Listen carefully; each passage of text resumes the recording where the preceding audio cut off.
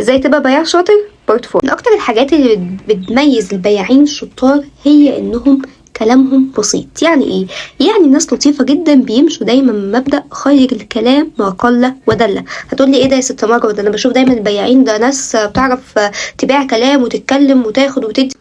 انا بقولك البياع الشاطر، انا بميز حد تاني خالص. البياع الشاطر مش اللي هو يقعد يتكلم كتير ويهري كتير ويعيد ويزيد في الكلام.